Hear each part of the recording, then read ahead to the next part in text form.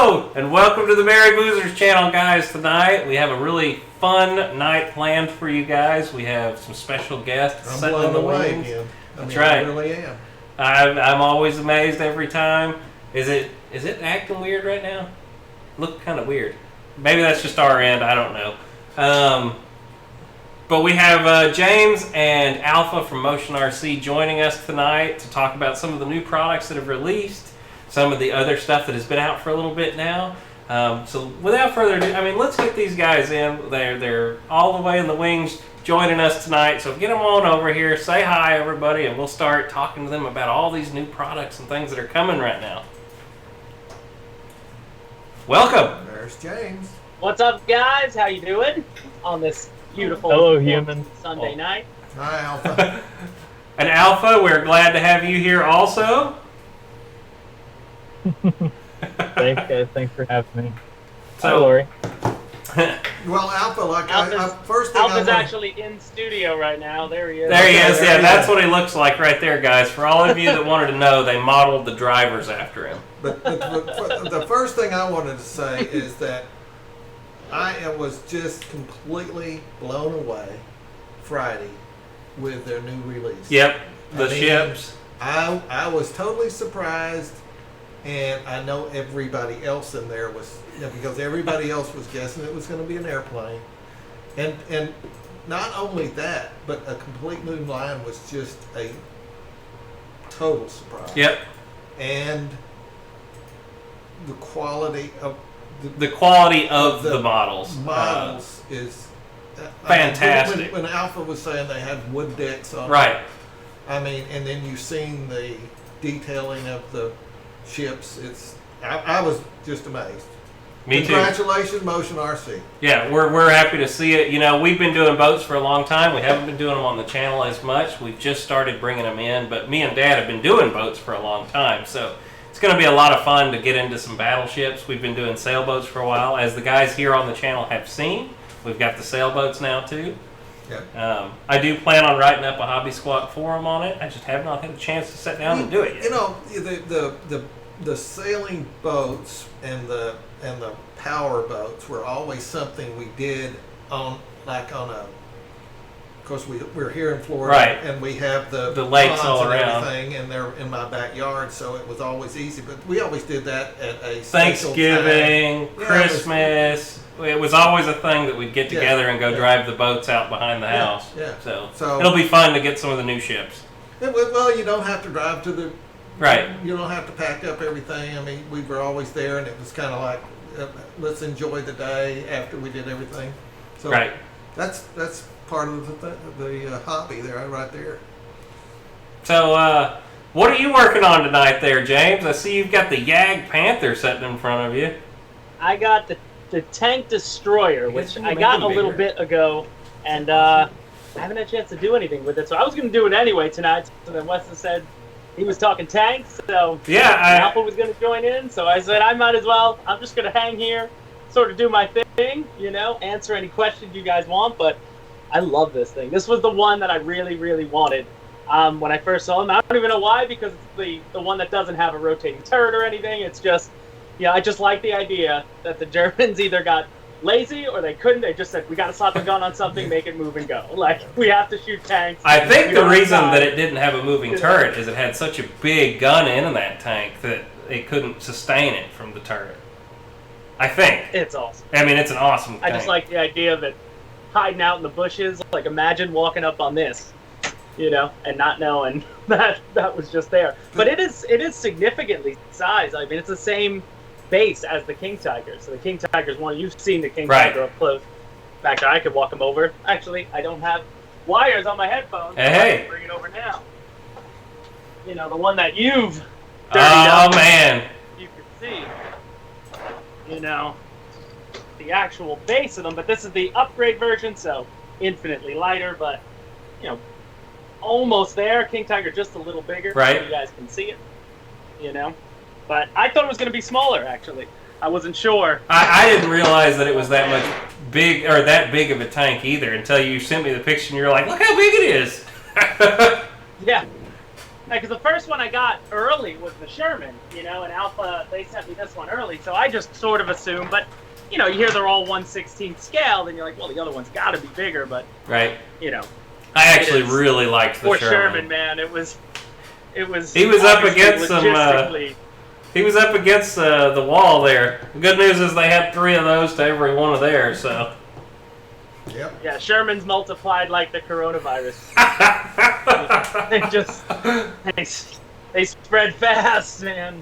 Watch out. Yeah, and we've been working this week on our Panther. What in the heck is this thing called? Panzer. There we go. And then we've got the Bulldog out. 4. The Panzer 4. We've got the Bulldog out. This is our first professional tank to have here in the studio, and we've been really.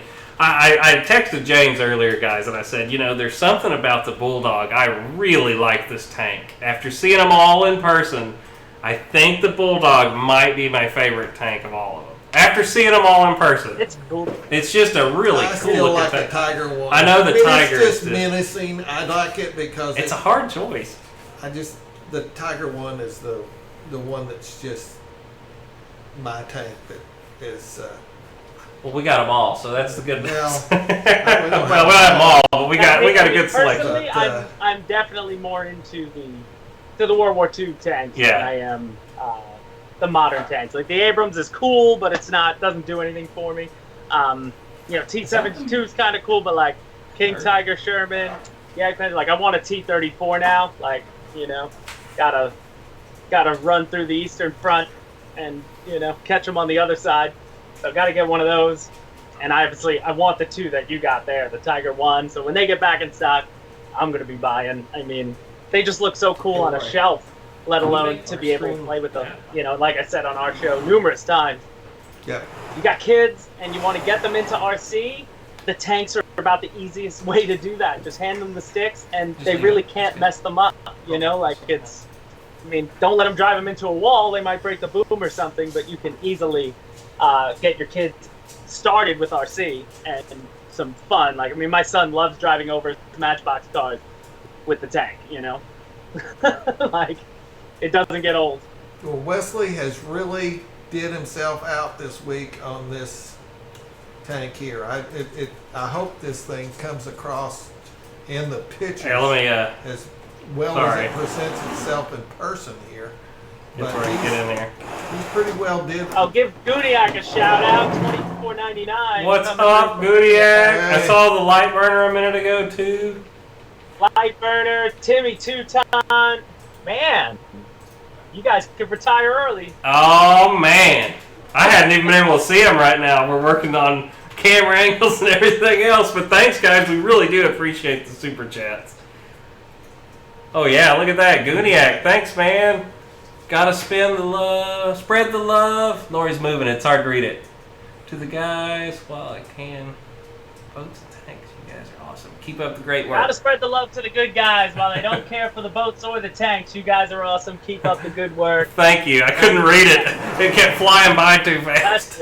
Look at this. Oh man, Tim Teuton. And don't worry about. Thanks, guys. Thank you. Actually, Wes, you were here. There's more plane stuff coming. Oh yeah. There's always something coming, guys. But yeah, I wanted to give them kind of the close-up shot. Some of the tanks. I know you've seen the King Tiger last week, guys, or not King Tiger, the Tiger 1. But loving it. But the rust on the back is it looks like it's rusty. Take a close shot of that right there. This rust here on this. Yeah, this is a really cool technique, James, and let me get in a better spot to show this. And guys, I wanted to do a whole video on making rust, but if you get in there nice and tight, I don't know if it's focusing, but that rust effect is just 2 colors, and you sit there and dab them together, but it makes a very, very convincing rust around these areas. I feel like I need to do this to see it. Yeah. No. And the dirt? Oh, is it tiny? No, because you have it on the small screen. You should bring it to the big screen. Okay, yeah, here. Make us bigger, Lori. I'm just standing here. Sorry, hang on. Don't want to see me pace back and forth. Make it big. There you go. Just drag it out. Oh, you gotta move it in front. There you go. All right, here we go. I agree with Mitchell Farley. That Tiger needs battle damage. There we go. Now y'all can see it. Well, you're right, and I told Wesley that what we want to do is make And down some. here. If you took a hot iron or something and melted it, like the shell hit the. James actually did it already, and maybe he's going to pull I his did out. it a couple times with my T70. They can't see you right now. Hang on a second. We'll get to you in a second. You Oh can yeah, show don't them. worry about it. But yeah, I still got to finish like the detail on it, but I jagged it a couple times with a soldering iron, and Now it looks great. Now what you're a little looking silver at paint in there. is actually about a week's worth of work, right? yeah, it took me a while. I did the rust and the mud down in the tracks. Well, we did the white camouflage first. We on did that last live week's for show, everybody. But the rest of all this is showing the front right here Yeah. with the rust. I mean, it's really it's presenting very well on my end, looking into the TV. So looks great. It's something that. And then another fun thing is you make the streaks to where it looks like oil's coming down in there. And the spatters. But yeah, anyway, not to take too much time up on that. Well, I think Alpha's been said doing that some he custom likes- stuff. This is things Go that he Papa. likes to do. Make it Is bigger. that correct? Make James bigger real quick. She's working on it right now, James. Give her a second. I jagged my T72. This one I weathered up and painted up There we go. completely, and then I just jagged it a couple times with a soldering iron, There you go. some silver. I still got to do some black around it and such, but I hit it a couple times on the side. Was thinking it could be bullets. I hit it on the turret right around the logo. You just dig in Yeah, with the fine. soldering Yeah. iron. Like All right. there's no right or wrong way to do it. That's the fun part of I like weather. the way that I was gonna winterize this one, but I like the way it turned out so much. I hit it with the clear coat, and I'm like, I kind of just like it as is. That Yeah. was my first all me. I like it. No, it looks great, James. Looks great, And something James. I tried to tell you when we were there and working on them in person was, there's really not a way to screw it up to where you can't fix it. You can hide a lot of mistakes if you do have an issue. The biggest thing I can tell you is just get out there and start doing it. And that's the best way to learn how to weather something. And if you go, oh, that looks terrible, okay, paint over it and fix it. Well, that's what you said tonight when you said you started to put this yellow on the side. I didn't like it at first. I went, uh-oh. But then I grew and I kept working at it, and it got to where I liked it. It's like painting a picture to me. It's not finished. It's a work in progress. It's a work in progress. That's so right. you have to kind of stand back every once in a while and look at it. So, I guess, have we been following the comments? I get to where I'm so excited talking to everybody that I haven't been following. Has we missed any questions right now? Or it looks like Alpha's in the comments just tearing it up. Like I was telling you earlier, you shouldn't have called it Tank Talk because you got Alpha here. Alpha hasn't even said a word Well, yet. we changed it. Questions about anything, motion. We did actually Talk about change anything. it. It does not say Tank Talk now, but it might have just stayed that way when Oh, we it looked. doesn't? No, it's everything. We did change it. Ah, okay. I'm busy finishing up a jet. Sorry. Really? A new one? Yeah, what are you working on? Can't be an old one. So, what are you working on? Yeah, what are you I'm doing? in front of my screen right now. I'm working on something that's gonna make half of y'all lose your shorts and the other half of you get those plastic pitchforks out. Probably. That's how it is all the time. That's right. Like with everything. Yeah, it's always, that's not what I should have made, and then the other half's going, it's what I always wanted. Yeah, you can't win. Can't win. It's okay. I eat breakfast with the pitchfork, so I can always use spares. Bring them. Oh. Yeah, I've been trying to check out that down there, going nuts. Man, comment section looks like they're having a party all to their own over there. So I Got Kevin. James, are you going to start on doing what you were doing? Tonight, I'll jump in. Oh, wait, what was that? Mike Keller's asking who's hosting RealFlight 9 tonight. Is there a session going on at what time? Ooh, I have no idea. I've been meaning to get RealFlight, and so I can join in with these guys. Just keep happening. Yeah, I'd love to hear someone. Only thing I could join in on is like War Thunder, but that was a long time ago. Yeah, I still have War Thunder Changed too. a lot. I heard I'll it's do changed. War Thunder. War Thunder was the best, but I heard it's changed like to, you know, It's crazy now. it's different now. No, I definitely. We've been talking about doing the RealFlight 9, like a lobby on here one night, and I just got to get the game. I don't have it right now. I got to reorder it. I've got RealFlight 6.5 or something. Got the wrong one. Can you get it on like Steam? You don't need a disc anymore, right? Right, you can get it on Steam. I just got to buy it. Download. Just get a download. I feel like it's really expensive though compared to your average game. Yeah, it is, but it's the best that there was, kind of thing. So it is a good training tool, and I do recommend it. But anyway, that's that on that. I hope everybody has a good time. If they open a lobby up tonight, I would love to be in it, but I don't have the game. So what are you working on over there? I see you beating and banging on something. You getting ready to hairspray? I'm putting in all the accessories. Oh, okay. I would just start with whatever that tool is. I don't know what this tool is here. I guess looks like something. I could play along too. Bend metal, maybe. I guess I could play along with you. Let's That's what I'm going. That's what I figured I was gonna do. I'll answer questions, but you are the host. Are you painting something tonight? What the heck? I thought you were doing like you're sanding or something. I can do it anything. Gonna go sand chipping. I can do it all, man. I can do it all. We can show whatever they want. I didn't think we didn't really. I mean, obviously it's not my show. I don't have a plan, but if anything, it's Sunday night. It's Sunday night. I figured there's a lot of guys out home, there. so Thanks, Farmer. Yeah. let's all hang out. That was kind of my thought. There's a lot of guys stuck. Where are you going? Get over here. I'm good. No, get over here. So you can have Papa trying to run away. No, what I kind of figured is tonight we'd hang out. The guys that are stuck at home right now, they're getting a chance to kind of live through us, hanging out with all our buddies, down in the comment section. There's a lot of guys here that are here every week. It's funny how it's become almost a family of people that come every week. They know them. I mean, I can look in the comment section, Timmy Toutant, Pay It Forward, George Watts, every name down it, Farmer Man. I know every one of these guys are here every week. Farmer Man. It's awesome. But yeah. Oh, man. Somebody should start a YouTube channel and just leave a live show on forever. For 24 hours a day. Just jump in and talk in a live chat. We tried. Live chat. We had a live chat going for a little while on YouTube that guys, we had added them in when they had the YouTube private message. And you could make groups, and we had a huge group going. And it was non-stop RC in it, but YouTube took it away. I couldn't believe it. And we had so much fun in that. So we'll have to figure another way to do that again. Some of the guys in here were probably in that group.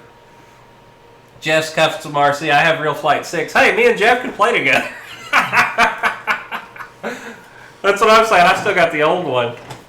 But no, I wanted to ask Alpha on the battleships and the landing craft and stuff. I mean, how far out are we looking? Are we looking 8 weeks? Or how long do you think it'll be until we start seeing pre-order for those? I know it's a hard decision to say, like, exactly this much, but I mean...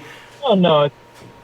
On the website where they're currently, each of the product pages lists them as a preview, not a pre-order, and the current estimated arrival is sort of the end of May. End of May. So, should be right about when everyone can go out and play and be safe about and it. not wear And be a mask safe about it, yeah. No, but no, we're in full production here. We've got gobs and gobs of aircraft and ships and tanks and all that sort of stuff. So the first salvo of warships should be end of May. We're not taking pre-orders for these. Same thing we did with tanks, guys. We're giving you a couple of months to look at the content we got. We're working on more videos. We got a lot of information in Squawk, and giving people a couple of months to decide if they want to add one to the fleet, because once they do hit the website, everyone on the Notify Me is going to get an email, and from then on it's open season. So hopefully, quite frankly, with the tanks, a lot of those sold out in 1 to 2 days. Most of them were gone within a week, and all of them were gone within about 3 weeks or so. So we're currently tracking for similar sort of excitement around warships and the rest of the Bancroft RC boat line. all I can say is put your email in there and start checking Squawk around mid or late May. And as soon as you get that email right around that time frame, you got to get to the website because we're not holding them. Right. You're not paying for anything on. So I'm absolutely certain, looking at the numbers here, absolutely certain there are more than a few that we've probably got a day's worth. I mean, we try to order. We don't do this on purpose, guys. We try to order what we think is going to be a few months of product. It's just what we're seeing is that initial sort of excitement for other RC scale. It's just so high, and we can't, just bear with us while we try and have consistent stock of these things. So they're absolutely amazing. From the pictures I've seen of it, I think shocked us completely. Like, we expected them to sell, but I don't think we expected what they became. I remember, and those were sort of had the same thing when I released that video for the tanks. There were a lot of people jumping.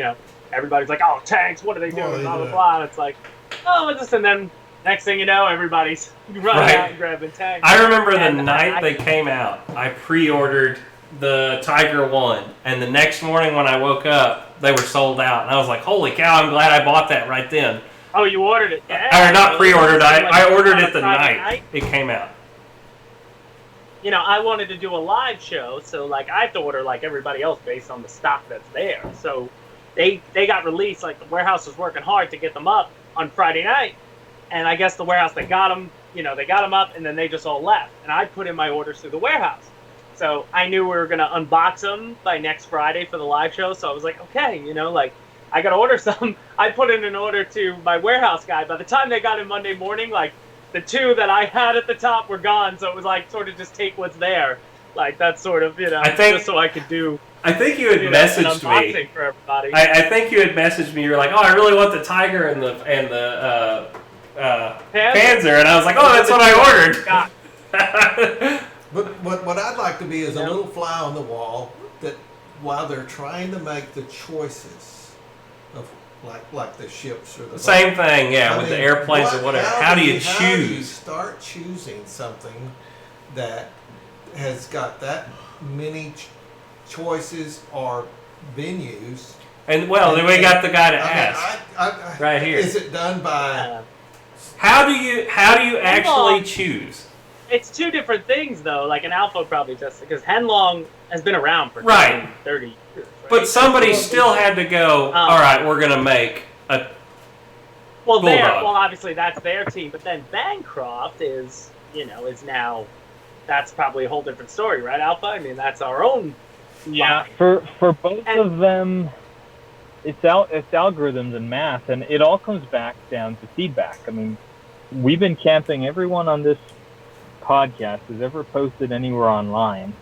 We're camping feedback. We're trying to identify trends. We're listening to people say, my daddy flew that F4, or my grandpa was on that Fletcher destroyer, or I'm a sub driver in real life, or I'm an airline pilot. Like all of those different types of things. I refuse to believe that the majority of us only want to RC on one platform. All of us, we all know, we all have a car at some point. We've all tried a helicopter at some point, or at least a lot of us have. And so we try to collect that data, and we take that data into consideration, and we make a judgment call. For tanks, like James said, Henlong's been around 34 years. There's a lot of historical sales data, and then we sort of made some decisions on how we could level it up, being that we knew that they were the new TK6 versions, and they're sort of leaps and bounds ahead of what they had delivered in the past.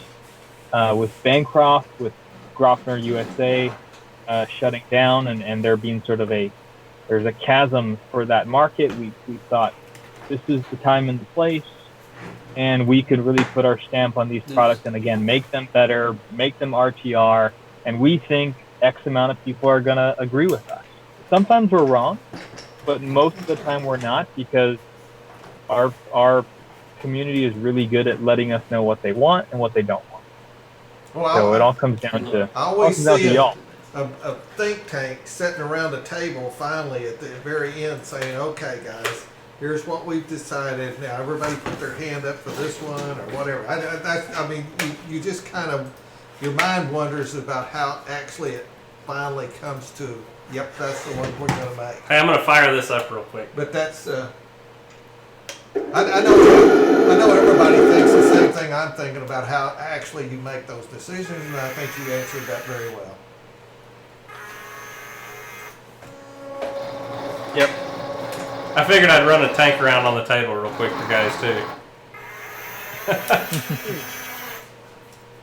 I really like this one. These are not like your toys. Yeah, I was looking at those. Be a sub driver in my You know, You used to be a sub driver? Was he really a sub driver? Who? I don't know. Dave. I don't. Oh, the maybe. air marshal Maybe. in real life. I mean, not or not, because we've had people come out of the woodwork saying, I used to work on a Fletcher class destroyer, and I used to work on this destroyer, and I used to. We always have to. I wouldn't put it past them. Right. Dave, what's the deal? I missed it down in Are you an there. RC? He says I was, yes. RC Air Marshal saying he used to be a sub driver. And he actually flies at your field, doesn't he, James? He does. Yeah. I've seen Dave there at random times. Yeah. He usually goes at different times than I go, but yes, he's a CCRC member. There you go. Eventually, he asked me one day to go over to his house on a Monday night, but Mondays are tough. Right? You know, I mean, it's Monday, like, you know, worst day of the week, easy. We've actually had Dave over on our show before, too. He's a really good guy. So. But Dave's a great guy. Well, now I need to We know. were out there that Dave should have went out Saturday. My whole club, like all the guys that we were all out there, you know, social distancing and flying and, you know, just enjoying, you know, what did I fly this weekend? I had the Venom. Venom's become my new go-to. I told you at Joe Nall. I told you at Joe Nall, I the can't Venom help is it. amazing. I don't know what the deal is now, but I love it. Like, it's funny with me, like, when I go to the field and I'm just by myself, you know, Alex wasn't coming. We weren't going to film, just going to have some fun. I want to get out of the house. And I usually try to take, like, 3 to 4 different aircraft and of different variations. So I won't take, if I'm taking the Avanti, I won't take the L-39 or the T-33, you know, like, one speed one stable one warbird, you know? So, like, this week, lately I've been going, and my stable one now is the Venom. Like, I don't take the T-33 or the Avanti or the L-39. I'm taking the Venom because it's so damn mean. And it's so easy to fly sound. it, too. And it sounds great. I'll agree. I got mine right around the corner there. It's one of my favorite jets. You know, it's just so funny. I have a bunch of flights on it now, and what I'm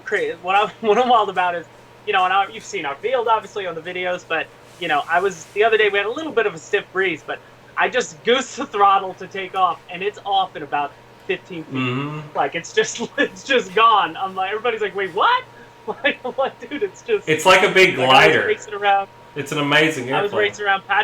Patrick had his 90 F-16, and I think I was burning him. Like, I was just burning. You know, I'm like, it's awesome. You know, everybody who looks at it, like, it's funny, though. It's one of those ones where people either think it's ugly or they think it's awesome. I think it's a cool-looking jet, just in general. It is. You know? It's definitely one of those faces only the mother could love. Yeah. That's... Definitely. I But I really love the Venom. I do too. It's one of those planes that's super easy to fly. You definitely need to hit the mains when you land it. That's one thing I've tried to tell everybody when they've got one, is you definitely want to land that one. It's so slow. Like, Right. I don't see how you couldn't. I Like, think a haven't lot of had guys try and push that one down. Even on a stiff breeze, like, I mean, I'm just floating it in with Mhm. half flaps the other day. We had about 10-mile-an-hour winds, and it just parked. Like, you know, it just Right. parks. And I'm like, all right, you know, like... It's funny how many people You're ask messing up me. the landing like you're doing something, you know, you're just doing something wrong. I mean, I'm not the best. Right. It's Yeah, funny like, how many no. people ask me what a good first jet is, and I tell them the Venom, and they go, "What? Nobody ever says that." And I'm like, I just think a lot of people don't think of that one for some reason. Like, it's right up there with Avanti to me for easy plane to fly. But it was all But it's also the best sounding jet, bar none. Like, I hope they don't upgrade that one to an in-runner and lose. I hope it Lose doesn't the lose sound, right. That's what it is. it was actually the first You know, jet that we Gooniac said saying would it'd be the- amazing. Yeah, but the new Outrunner is amazing. With the new Outrunner, I hope they don't go to an in-runner though, because I don't know if it would Affects the you know, sound? I change don't it. But know. right now, stock as is, it growls unlike anything. in the free wing lineup. I think bar none. It was funny at Joe Nall. I flew it. I was there with you, and I did several flights that were over 10 minutes, and everybody was like, "Oh my gosh, how did you fly that jet so long?" You just glide it around, man. It's it's very energy efficient plane. And it was the first jet we told people Yeah, to buy. Their first jet was the Venom. Yeah, we've said that. We said I'm not that. good with length of time flying jets. I am full throttle majority of the time. I can't help it. I don't want to go slow with a jet. We've kind of I have no interest changed in that picking to it the up and gliding it T-33. around. but- I don't know if I think I'd still say the Venom's easier to I fly. would say the Venom was easier to fly because It's it's got the the flaps and same. everything.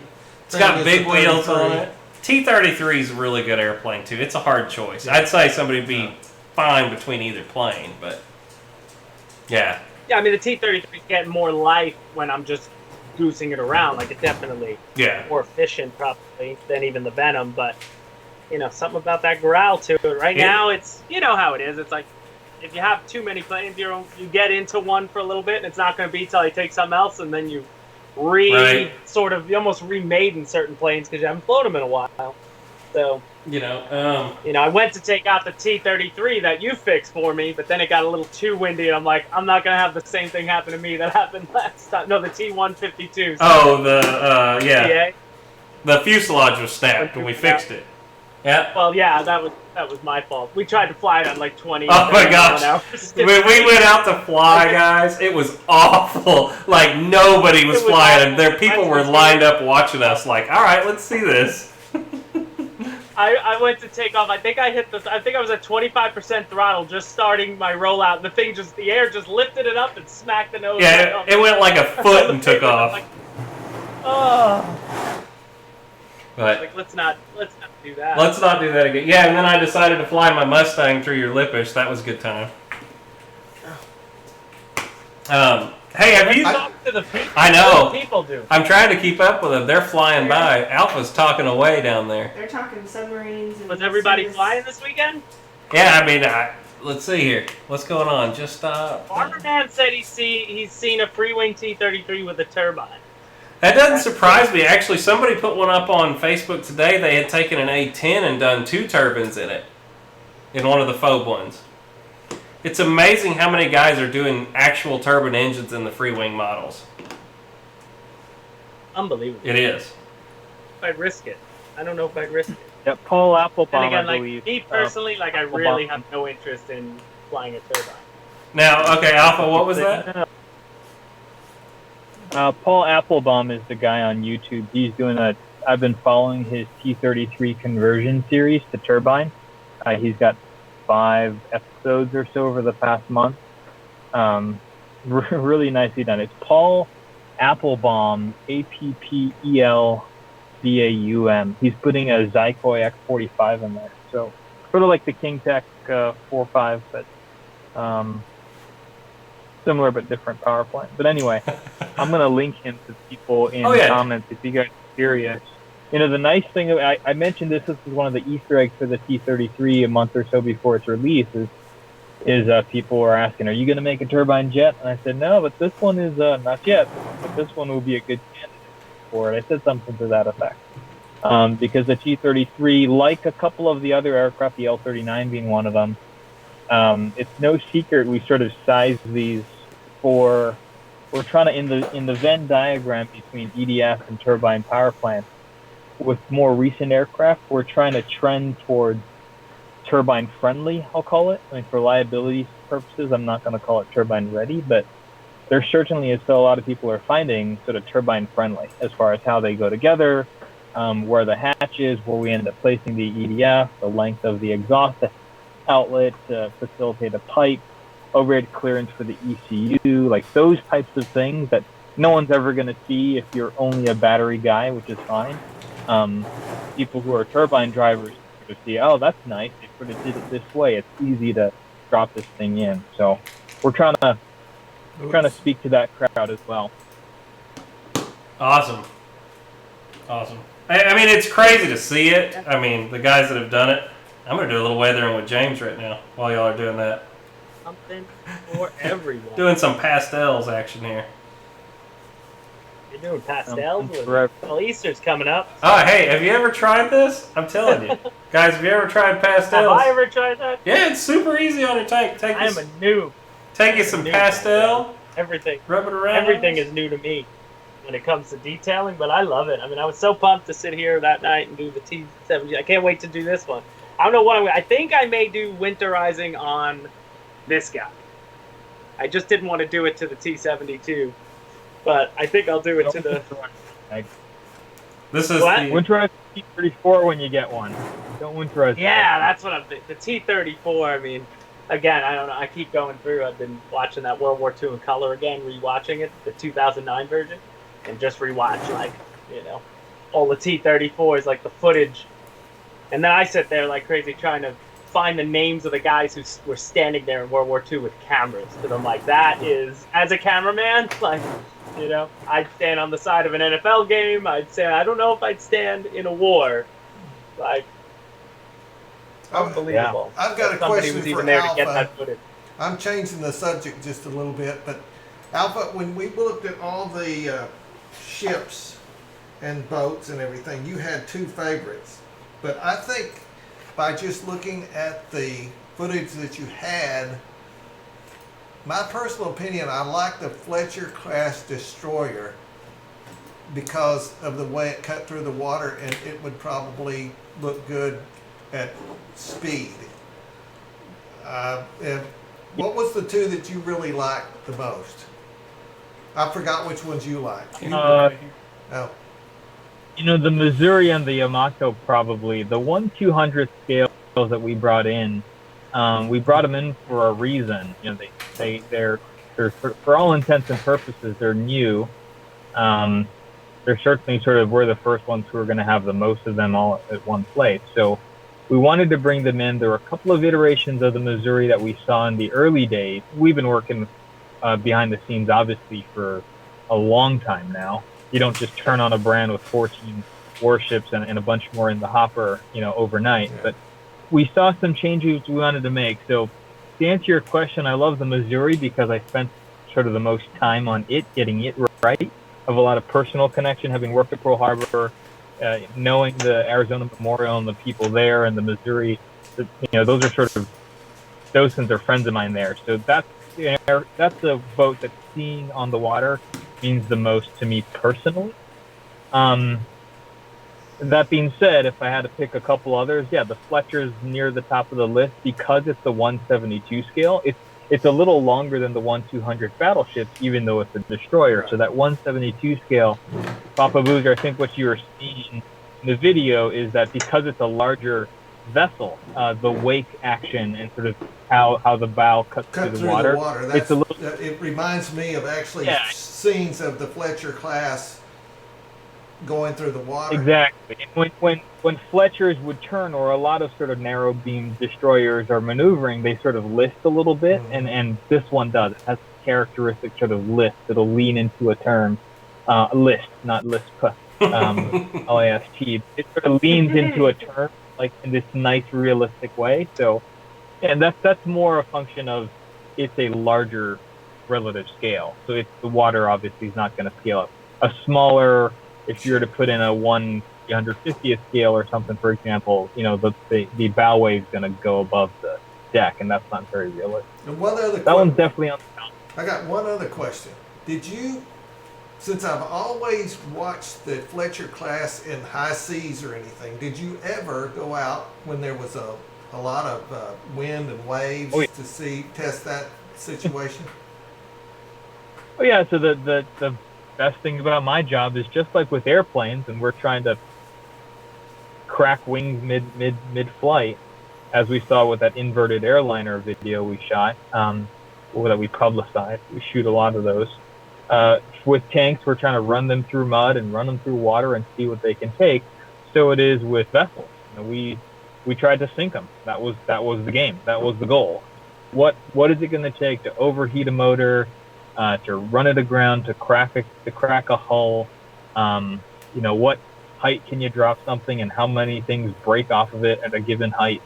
All of those sorts of things, including rough seas, windy days.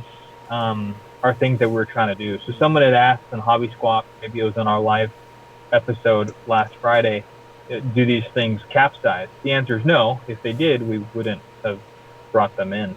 Right. We test for stability. We test for how much water can sort of break over the deck and somehow get inside the vessel before it begins to bog down. Assessing, do we need to build in a pump or have some sort of provision for it? So suffice to say, as they are delivered, the RTRs, the ready to run, it's because they meet the mission with a couple batteries and in some cases, a few pounds of ballast. But beyond that, you're really not worried about the vessel sinking under any quote unquote normal. That was kind of, as well as I do, that there's going to be guys that, just like the airplanes, it's a windy day and they shouldn't be flying them, but they go ahead and fly them anyway. The same person is going to go out there when it's a little windy and a little wavy, and they're going to go a little bit past what they probably need to pack Just it a up little and go chop. home. But It's just a little chop. it's a little chop. What the heck? Me and James would never do that. But the other thing I seen in the video, the part that comes off, it didn't look like you locked it down or It was like it magnetic had a almost. gasket looked around like. it. It just like set down. So that was kind of my question there. And And what he's talking about, Alpha, is the video. It kind of shows the hatch where it's the tower the for conning the tower, or yeah whatever for you call the it. battleship. Yep. It comes on and off. Does that just magnetic on there? Some of them are and some of them aren't. It really depends. Because you really have to see these things up close to sort of envision this. But for example, on the Fletcher, or let's say like on the Missouri, which is smaller, so the potential for bad things was even greater. On something like the Missouri, its hull and its deck are molded in fiberglass in one piece. This isn't your olden style sort of method of construction where you have a hull and then you're mating a deck on top of it and then planking over that. So everything is molded as one giant piece. There's pictures actually in Hobby Squawk now in the kit thread where I'm showing sort of what these look like as a kit, which is what the workers are greeted with when they come into work every day. And then they turn it into a Sounds PNT or an RTR. But to answer your question, the inclusive in that mold are the height of the return. So each of, let's say, that given hatch on that Missouri, your battery hatch, it isn't just a hole cut into a flat deck. It rises a certain height. And that certain height, because it's molded, of course, you see where I'm going with this, that rising sort of piece creates a male return. And the superstructure piece which goes over it is, because it is molded as well, it's molded as a female piece. And so they slide over each other very snugly. You don't want them too tight because actually you don't want to, with all the detail on them, you don't want to have to sort of be pulling up against a dozen magnets to try and get them off, right? You're going to break something. So At the same time, you don't want it to be popping off. So suffice to say is, in models and in configurations where a magnet helps, we've got a magnet. In places where magnets actually aren't going to help you at all, they're probably going to do more harm, there's no magnet. As far as keeping the water out, that's why the returns are raised. So the deck itself is raised above the actual external deck line. What you see with your eye, if you were to pour water over the deck or drive through a wave, and that water washes over the entirety of the deck and surrounded the superstructure, it's not actually going to go down into the hull because it's going to meet not only the external superstructure piece, but also that internal wall, so to speak. That makes sense. And obviously the wall height is calculated for make sure that water doesn't ingress into the hull. So that's the math. On some of my older, like the speedboats that you've got, we used to take and tape over the hatches. Do you have to do that on any of the new speedboats that are going to come out, or are they all gasketed to where you don't really need the tape anymore? No, you don't need any. Yeah, you don't need any tape. There are a few boats down the road we may bring in because they're sort of fun for what they are, but the ones that we're bringing in are really sort of one class above. They're not reinventing the wheel per se, but they're taking better technologies that sort of better boats use. For example, in the Swordfish, there's some pictures in Squawk as well where we show the molded-in returns for the hull side and then the hatch side. They interlock together. There's also a compressible sleeve, like a gasket, that works its way around the entire perimeter of that hatch. And on top of all that, you're affixing the hatch to the hull with a threaded thumb screw mating into a threaded receiver on the hull side. So none of that's going to strip or sort of wear down over time or get a little bit loose and things begin to creep in. Now, you can tighten that down metal to metal every single time for a consistent hold. Some of the models, like the jet boat, they're self-righting, so you expect them to be upside down for a second or two. Right. And if you dive into waves or whatnot, that's part of the fun. And they fill up, and it makes them flip over, right? Yeah, there's a little sort of chamber in there that'll fill. It won't fill the entire hull, but it's on one side of the vessel, which is just enough to back over. And in some cases, that happens in a second or two. These boats aren't the size that you need to sort of wait 5 or 6 or 7 seconds for them to right themselves. So auto righting is a pretty neat function. It is. For some of these speedboats. The only boats, I should say, that have sort of that the adhesive method of attaching the hatches is the RG65 Quickfire, because that's sort of standard for the 650 millimeter race class of sailboats. A lot of those have the strip them off. You can look down inside of them and service them, and then slap it back on. So there are water resistant seals that are sort of reusable, sort of like a reusable Band-Aid. That's just, right, our sailboat, which is in there right now, one of my sailboats, it's just got a clear piece of plastic that keys in, you slide it in, you shoot a round of scotch tape around it, and you're out there for 3 or 4 hours. So it's not like you're taking that hatch on and off 7 times during a day. You put it in once and you forget about it because it runs. The sailboats, guys, for you that haven't done sailboats yet, it's kind of a glorious thing to go from. Even you think a tank runs forever when you're out there for 30 minutes, but you go out to do a sailboat and you're out there for 5 hours on a battery. you don't worry about battery life on a sailboat. Okay, I've got one more question for Alpha, and then I'm going to let this go. Touch a little bit. I'm a little confused on the ballast. Is it water? Is it weights to get the ballast on these ships right? Yeah, so 4 of the vessels that we brought in, not all of them, so you got to check the spec page on the website, but 4 of them do require ballast to sort of balance how we would prefer. You can run them without ballast, but we make the recommendation. Ballast in the model boating world is typically accomplished with just standard old lead, copper BBs, that sort of thing. I use either fishing lures, like fishing weighted lures. You can buy offshore lures for $1 each or so. Yeah, they're just chunks of lead. They come in a kilo a piece. I buy 2 of them, throw them in the bottom of the boat, and you're done. The other sort of advantages I had hit on in one of the threads was talking about how in the RTRs we're including a standard sort of 2S 2800 milliamp hour battery. It'll get you plenty of runtime on if you're running at scale, but obviously it's only a 2S battery. You can buy a 2S 10,000, for example, for $30, and not only be sailing your Missouri for 4 hours, but you'll also be able to convert that quote unquote dead weight, that dead ballast, to usable weight. So basically, for a Missouri, you're going to need 2 kilos. You're going to need 5 pounds of weight. If half of that is a battery and half of it is dead weight, great. If all of it is battery, I suppose that's one option if you want to run it for 10 hours. But I think most boaters are going to probably end up just using the stock battery and throwing in lead. Okay. It's just, what I do is I'll go to the Sports Authority or something and just buy those little dumbbells for kids, like a 2-pound dumbbell. They're usually just $5 or so. It's one of the cheaper ways to get weight, and I just I don't secure it.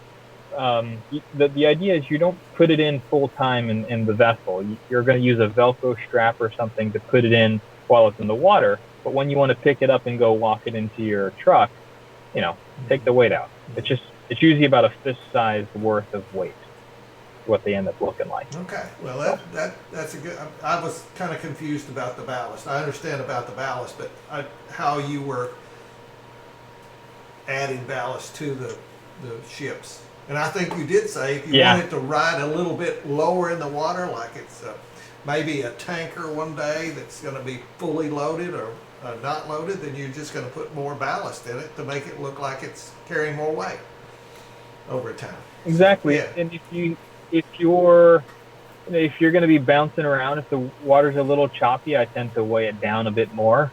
Throw in another clunk of weight. There you go. If it's still seas and you're going to be moving out, then less weight. So it's one of those things we'll leave to individual mods.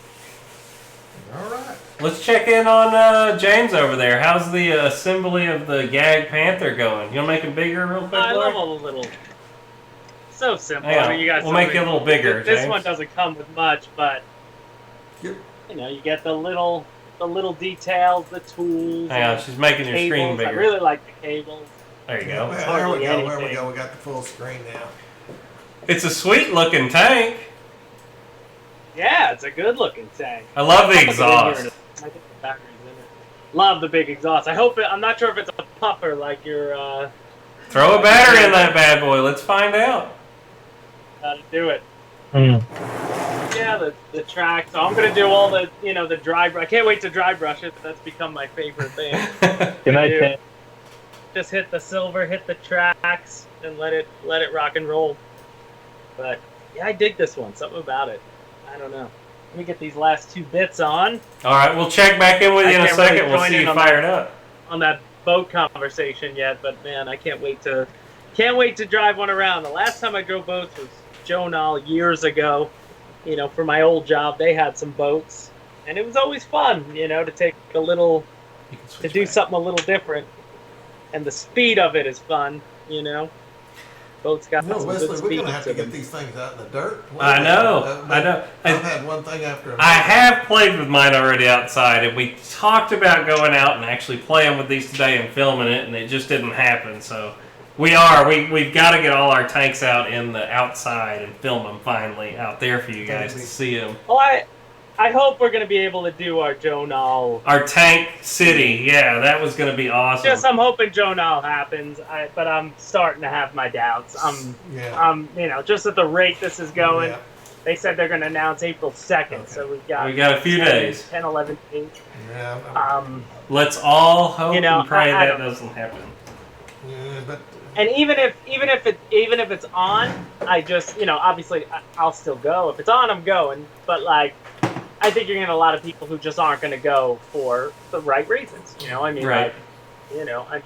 Regardless what you might think of this, it's serious, and I'm taking it serious. And I got 3 young kids, so I have no interest in going places where I don't really leave my house too much anyway. yeah, You're a hermit already. Guys, we all need to. It's funny. I saw one of those memes that said when a pandemic breaks out and your life doesn't change much, then you're really sheltered. Right. We all need to it's take sort a of breath and really play this But- safe. And Yeah. there's I always think going to be the worst another thing, Joe day. Nall, you get a significant, I don't know if you guys, when you guys were there last time, I've been to Joe Nall, in the back of the mailroom, and they've got, for Joe Nall, you got to see the crates that get shipped there from overseas of the pilots. I remember 2 years ago was the first time I was going to bring motion to Joe Nall, and that's when it got canceled for the rain.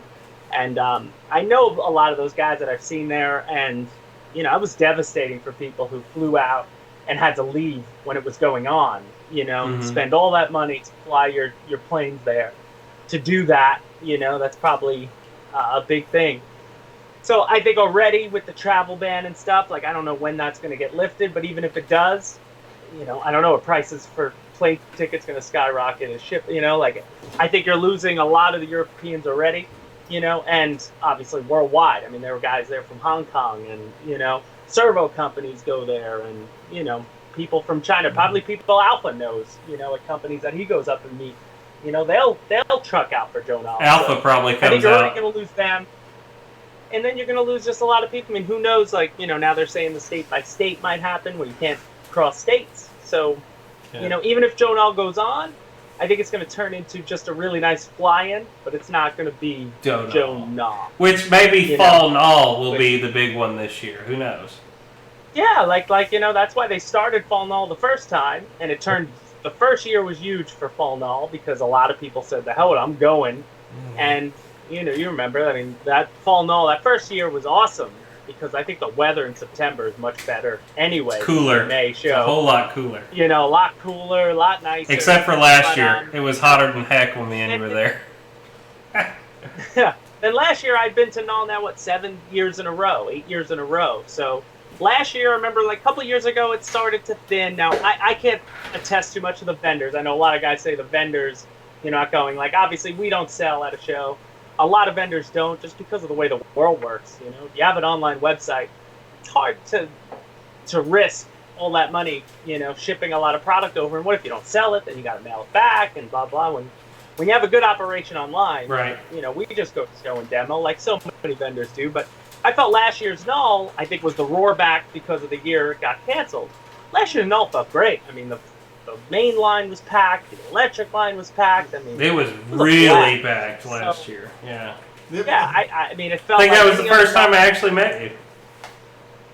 Yeah, I mean, that was like the first time we met in person after I shared your fan flag. Definitely. And then you guys grabbed the Fairchild and just went nuts. The only thing that was awesome. Bummer to me at Nall was it rained, it was muddy, then it dried out, and then it became dirt. I thought I was back in Joe Nall dust. West Texas again. I'm getting way away from that road. No matter what. I'm going to walk. Dad decided this year he's going to go park out in the woods and drive over to the flight line. I didn't think I'd ever get my trailer clean. This year I want to bring my air compressor and try to blow planes off at night, like in between, because when you let it sit there, it just the dirt. Some place it's never going to get part back of it. that.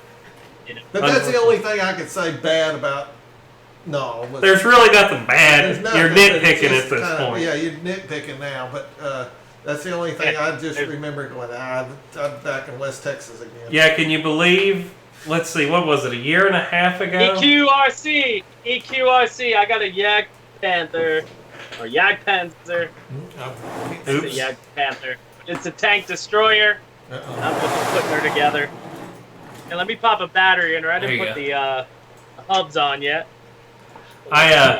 Oh, actually, you want to see something? Oh, can I show my 3D? Yeah. Here, make him big, Lori. We're going to make you big for a second. So we're working on, obviously, if you guys have seen, I'm getting prepared for tank battle. So I have my faux town I'm working on. I've been printing some Czech hedgehogs, 3D Czech hedgehogs. Those are awesome. 16 scale. And you did put out a challenge to people to build some buildings to bring to Nall, correct, James? Yep. Not only yourself, but you want other people to design some buildings? I found so much, there's just so much great stuff when you have a 3D printer. You can't help but like little blankets that you could put on the tank that I'm going to paint up. So if you can bed rolling, yeah. They'd have their blankets and their sleeping bags just loaded up on there. But one I found a guy who made a Willys, and a Willys fits on the Ender 3 Pro bed. So I just finished that print last night. It was 24 hours. But obviously you're gonna paint it up and you're gonna sand it and make it look nice. But they got muffler on the bottom, like a lot of detail on it. It was a 1-to-1 scale print, so I'm printing each tire one at a time. They got a hood, they got the window, they got the seats. So I'm going to print it up, and you'd see, 16th scale, what a Willys would be, about next to the Sherman. Right. So I'm stoked. I love finding, now I'm just on the hunt for 16th scale guys. I'm surprised that, I saw the guys you purchased online, but I'm going to hold out. But, I'm surprised I haven't seen any good 3D figures yet that you could print. I would think guys would make some good 3D print 3D figures because I need the whole tank crew. I want a dude sitting here, I want a dude sitting here. Right. You need it. Just so much more can go into it than even with the planes. Because with planes, I'm like, I can't see. I don't care what my cockpit looks like. I'm not going to go crazy detail like on pilot because plane's so damn far away, you know? But Exactly. the tank is sitting there right in my face, like, you know, I want it to be. And then eventually, obviously, I need like at least 3 more Shermans just around the King Tiger for my diorama. But yeah, I've really fallen in love with the detailing of these things. And it's got me into just modeling in general. Like now I'm interested in opening up a kit and just for static stuff, you know? Like I'm excited, like, this is static. This is never going to drive. Just going to glue the wheels on, but it's just going to look cool sitting there with the dude in it, you know? Oh yeah, definitely. I want a half track. Then I need a deuce and a half. I want a half I need track. a deuce and a half. That's got to be right behind That'd it. be cool. Yeah. Yeah, a half track would be really cool. Yeah, the half track, yep. I've seen them on Amazon. There's a couple that are really cheap. I mean, they're really cheap RC, like $40 I saw for like 16 scale deuce and a half, but at the front of the cab, actually it's funny, George Baker had said when I showed it to him, I was like, what about this? He's like, oh, the cab is wrong. And I was watching World War II in color and I saw that same cab drive by right in front of a Sherman. I'm like, BS. It was definitely there at some point. But you know, it's just fun. Yeah. I don't know about you guys. I like I love it too. No, I get there. look at this thing and tell me I don't like to mess around with them too, you know? I can't wait to get a 3D printer going. I have a 3D printer. And for guys that are coming in late again. Oh, is it fired up? Oh, make him big, Lori. Let's see him working his Panther. He's got it fired up. I love the way this one too. It's like your Mustang in first gear or something. Vroom, vroom. It just wants to eat. It wants to eat Shermans for lunch.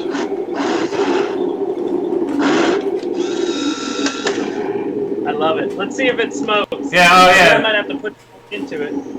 But I'm going to shut the volume off. Usually the smoke works right out the box. For a little bit. Yep, some smoke popping out. Alright, is it a puffer or is it just a kind of a...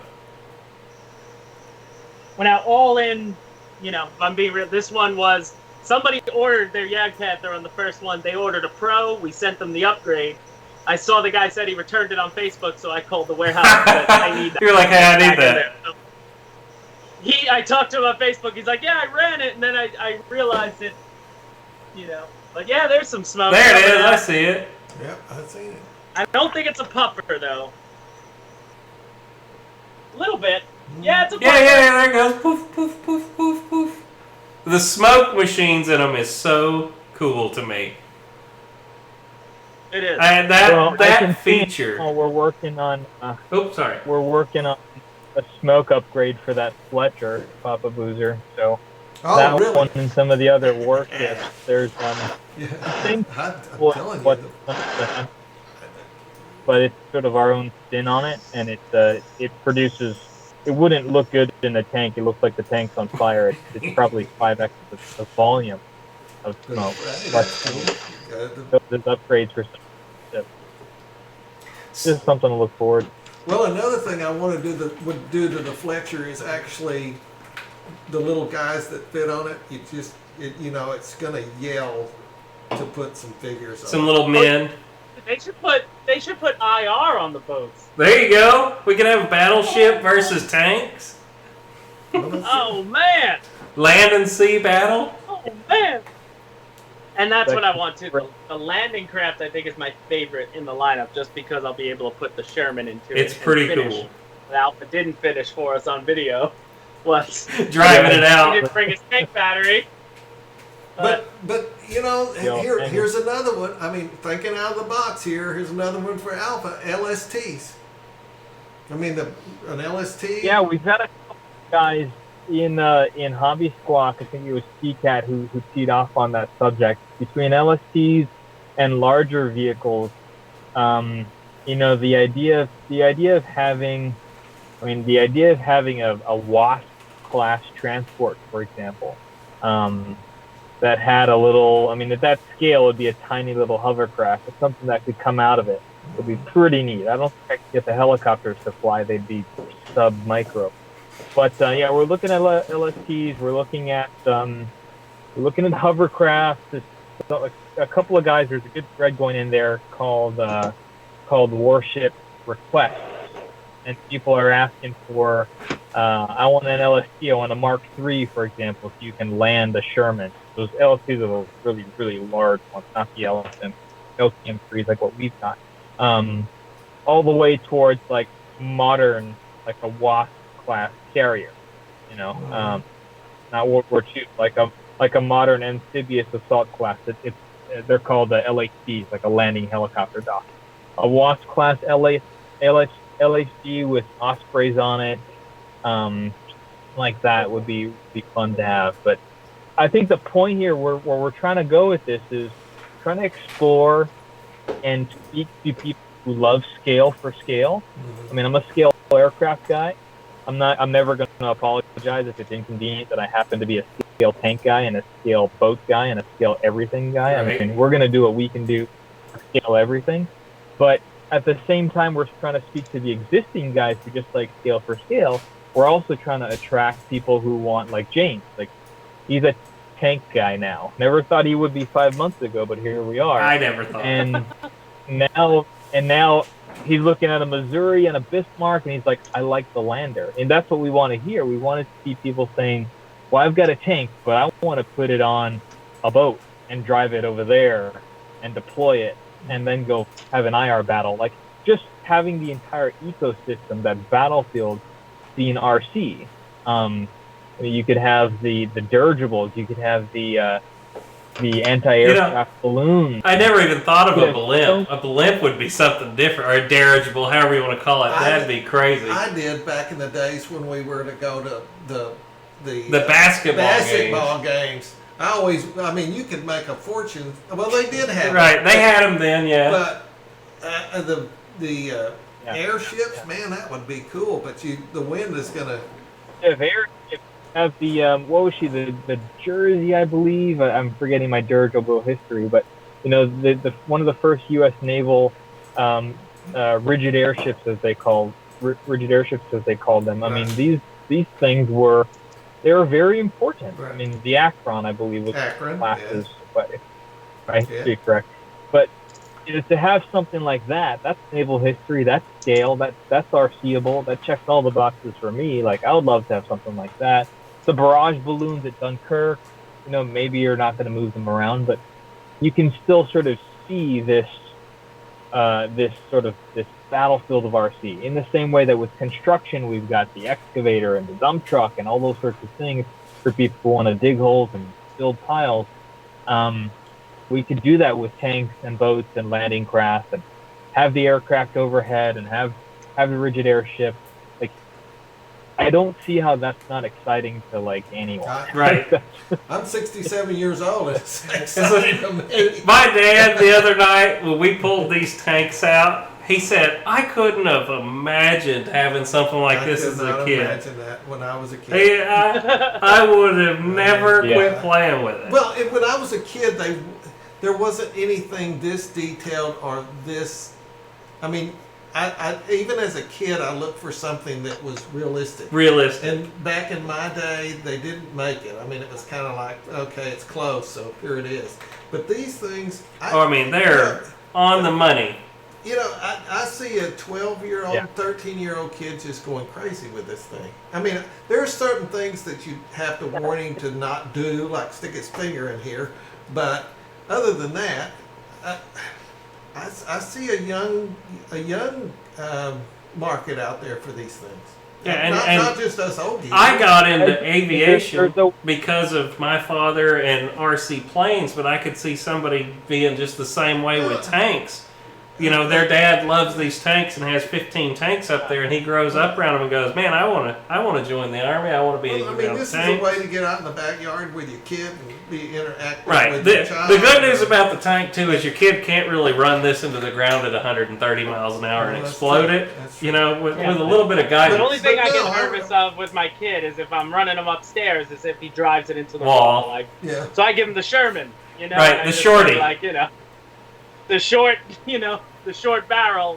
I'm not letting him drive that around to break it, but what's the worst case? He cracks it and you just CA But it. you know, Hey, you know something I wanted spray to some ask? detail on it. Speaking of shorter barrels and longer barrels, Alpha, is there any plans, if I can ask this, for the Firefly? Well, Heng Long makes some different barrels. Let's put it that way. So if I wanted to have the short barrel for my Panzer, because this actually, the original like Panzer 1s had a shorter barrel, is there any plans of having some of those upgrade accessories? If I can ask that.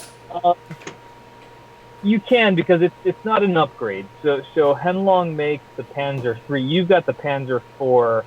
I believe that's the J. Okay. So they make Panzer 3, which is the short barrel, and they've got actually two different Panzer 3s. They have an Alf F and I believe a D. But in any case, those aren't different tanks.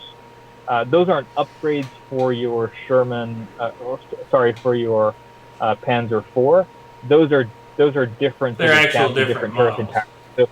Yeah, those are tanks. So the goal is, the short answer is we're going to have those tanks eventually. The reason why we don't have them now is because we're adamant that we only brought in the latest and greatest, and the TK6 MXCB that drives these tanks.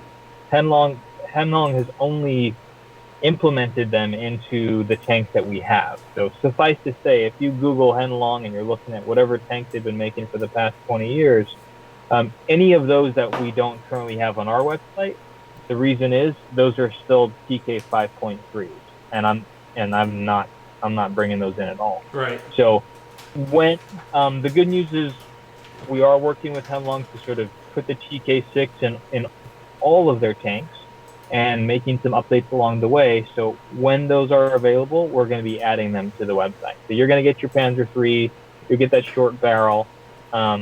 Sort of different stance on it. We're bringing in the Stug. Obviously, the Stug is a super popular, mount at the time. That's one of those really first early Blitzkrieg era anti-tank weapons. So both of these use, I believe, a 7.5 centimeter KWK 40 gun. It's just the barrel length is a little bit different down the road to give more muzzle velocity for the later Panzer 4. Questions. I got another question. This is good. Since we're, James, I'm sorry. Would you ever think about Alpha? Would you ever think about making the barrel where you can make smoke come out of the stack of the Fletcher? So could you make smoke come out of the end of the barrel when it fires? He's actually. Well, you. Lori, can you cue that up? Go to HubSpot and There we I've got got that. a thread on HubSpot called the Abrams Pro Plus. That's that's a hyper special edition because there's only 3 in the world right now. We're still working on them. Oh, really? But Okay. that one, it removes airsoft. Yeah, I cover it in my thread. It takes airsoft BBs out of the equation, and instead it propels smoke out the barrel. In addition to a flashing xenon LED. Hang on, So we're going to try and cue it. Oh, I didn't know that. Okay. All right. So somebody's up thinking, hey, Maybe. here we go. It's actually in our tank video, in our initial tank video, we got the shot. You see it working. It was sort of like a tease of what's to come. Because even like our boat video, we showed some boats that aren't on the website yet. But, just to give everybody an idea that, more is on the way. Over the Alpha logo. I want to show Papa what I was talking about with when you 3D print something. So this is just one of the wheels. Oh. I printed it upright because for whatever reason my print was failing when I was doing it low. So it builds like a shelf. Yeah. If you notice. Okay. See all the little Found extra it. pieces? And then you peel it out, supports, and then it's sort of, you can rip that away because it's a softer plastic that gets extruded Okay. for the supports. And then you file it down, Trim it and then down. you got yourself. So Good. imagine that body There of you the go. Willies, Right. had, You can make it bigger. a lot of wasted plastic to do it, but, it It's works. plastic. You can waste it. Here, we're going to flash this So on the like, screen. this Oh, one, you can see even like, wait. because there are little rivets there, Yeah. it builds to make sure that, because the printer does one layer at a time, Okay. So it's got to have something to sort of lean on, like if it's trying to print an overhang or something. harder to explain. But let me grab. There's my little pair of pliers. Here, we're gonna flash this up on the screen while you're looking at that. Here's the modification. That's just cool. Ask Like that you anybody who's into 3D, anybody who tries to 3D print, sometimes it takes you a can couple go back times to learn the print. Each print is a little different. You got to orientate it. Sometimes you're halfway through the print, and you see that it's failing, and you're like, not everything's perfect, and then some of it goes to the file. Hard to see, but like if I get in there. There you go. There we go. Take that off, and you can see now that I just revealed the little bolts. So that was keeping it all in there. And then you peel it away, and if I sit there, and you could spend tons of time with it, and you could buy solutions where you can rub on a 3D print, and it'll take out all the little lines. But that Ender 3 Pro is pretty darn good. I almost ordered one. But anybody who's into like modeling of any kind or RC, I mean, even if you just Ouch. even if you're just into the aircraft, like, guys there are making so many spare parts for things that, if it's out of stock on the website, you can print spare part, especially like the pitot tubes. And think about all the things on the planes that break off, where you can't usually buy those one at a time. You're buying a package with a bunch of other parts that you don't need. Like, if you have a 3D printer, you could just go 3D print it, Right. and just paint it up. And Like you saw, did you give Kevin those intake things for the AL37? no, it's sitting behind me right now, and they're sitting right there, but they're all going to them all at once. But the plane's done. Okay. Hey, little update, everybody. If Kevin's in here right now, the airliner is finished. It has officially got all of the graphics on it now. I heard what you said, Kevin. I took it home. Dad took it home this week and finished it. He got too tired of me sitting around not finishing it. He said, "Quit playing with tanks and finish the airliner." But there it is. It's James, how long did it take you? Pay it forward. This wheel, because I just get more success when I slow down my prints. So I made it. It's about 2 hours just to print one wheel. But like this Willie's body, I wanted to slow down the print because I had it to fail. So this is pretty big. I mean, this just fits on a 200. I think right Alpha, the Ender is 200 millimeter by 200 millimeter square, I believe. So this just fit there, and with all the support, this took 26 hours to finish. So I started it at 8 in the morning, and it finished at lunchtime the next day. So James, one It was question: going, how so- much money is there? I mean, how much do you think? how much did it cost to print that? Is what print he's that? asking. Well, each roll of filament is about $20, depending, or probably 15. Here, I I'll grab think a roll. on Amazon there's even cheaper filaments, Like but $15. You get the expensive $15, and I can probably print this I about don't have a clue, 10, so that's why I'm 15 asking. times. Probably about 10 times on a roll. Okay. So Okay. Well, there's not much money there. Yeah. Probably $1. okay. Probably $1 worth of There you go, PLA probably. plastic. Print it out of that right there. Okay. Well, Wesley's got a roll of this stuff here. Cut it out. I think it's something like That's you what know, it I was comes just on messing right around, there. Like that's 3D Anybody printed. see this? Yeah, look. I wanted to see Make it bigger, Laura. how, Okay. how detailed the print Hang would on. be. She's gonna make you bigger real quick, James. Yeah. These were just some things that I messed around with. Just wanted to see how the printer grew. And this one was printed without any support, so like it can do up to certain angles without falling over. But like if you wanted to put supports in here, it would probably be even better. But then you'd be trying to get the out of each rung of that. What else did I 3D print back here? Oh, got the World Trade Center, but that's an easy one. Yeah. Never forget something made. Wanted to get that on there. This one was one of my favorites. Moliere, Thor's hammer. and it's a pen. Just open up a Bic and glue it in. Like, all these files are free. So you can just like have a field day on Thingiverse finding random things to print that aren't useful. So this Or is you a can kind of a find train of things thought to add. You could add things to any a boat, an airplane, a tank, Totally. something, anything you got That's the best. here. It all depends on what people make. But in Hobby Squawk, we have some guys there that have made some amazing stuff for Free Wing and Flightline.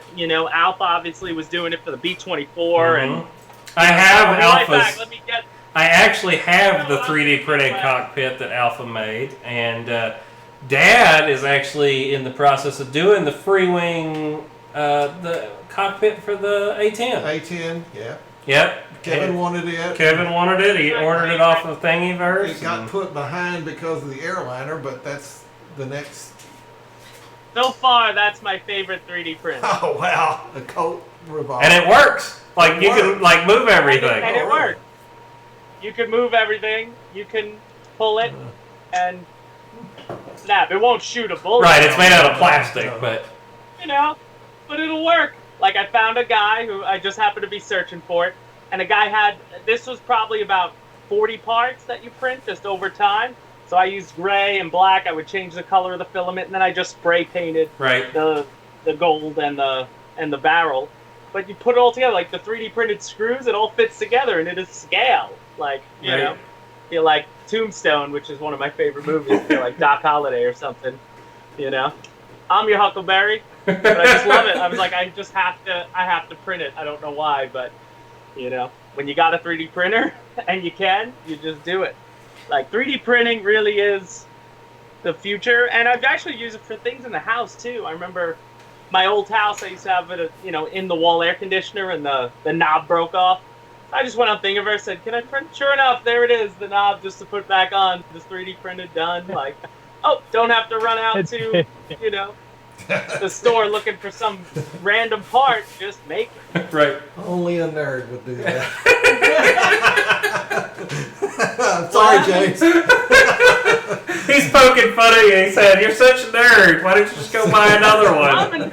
Wow. Yeah. Only a nerd would do that. 100%. But come on, no. that isn't cool. Yeah, that is cool. I'll have to say that's cool. I just got here. I'm using the Ender 3 Pro, is what I use. And, but again, remember, like, anyone getting into 3D printing, watch some YouTube videos. Like, none of these 3D printers really are going to be something that you're just going to open out of the box, plug and play. Like, I learned that out the hard way. I found that out the hard way.